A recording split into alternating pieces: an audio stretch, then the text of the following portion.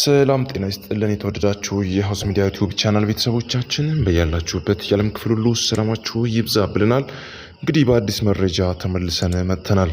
እናንተም እስከ መረጃዎቻችን ፍጻሜ ድረስ እንደ ሁልጊዜው አብሮነታችሁን እንድታደርጉ እየጋበዝኳችሁ ለዛሬ ወደ አሰናደውላችሁ መረጃ አለፍኩኝ። እንግዲህ የአማራ የብልጽግና ጽሕፈት ቤት ኃላፊ የሺጥላ ተገድለዋል።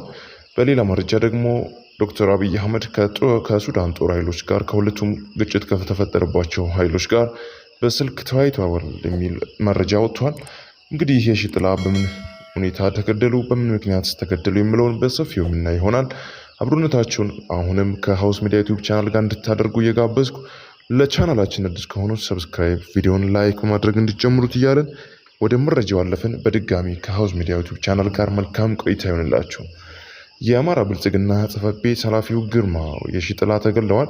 አቶ ግርማ የሺጥላ ከመሃል ሜዳ ሲመጡ ጎሳ በተባለ አካባቢ በተተኮሰባቸው ጥይት መገደላቸውን ምንጮች ገልጸዋል።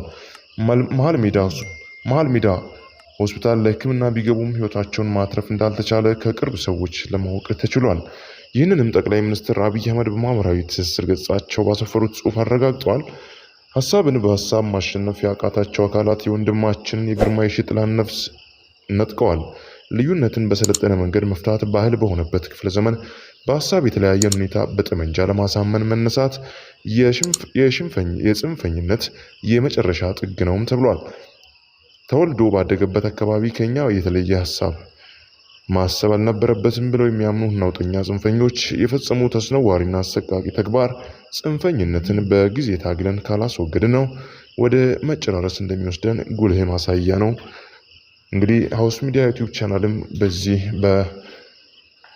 የሺጥላ ሞት የተሰማውን ጥልቅ ሐዘን ይገልጻል።